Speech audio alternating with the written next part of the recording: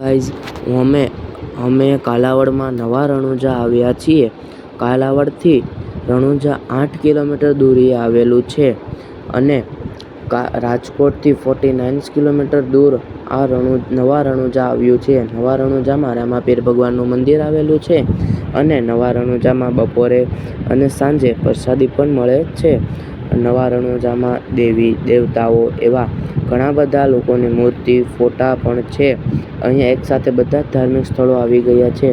અહીંયા બારે કેટલા બધા રમકડા પણ મળે છે અને અહીંયા લોકો બહારથી પદયાત્રા કરી કેટલા કિલોમીટર દૂરથી આવે અને દર્શન કરવા આવે છે ચાલતા અને અહીંયા દર વર્ષે એક ભવ્ય મેળો પણ થાય છે અને લોકો કેટલા બહારથી લોકો પણ આવે છે દર્શન કરવા માટે અને અહીંના લોકો ત્યાંના લોકો તે સેવા કરવા પણ મેળાના દિવસે આવે છે.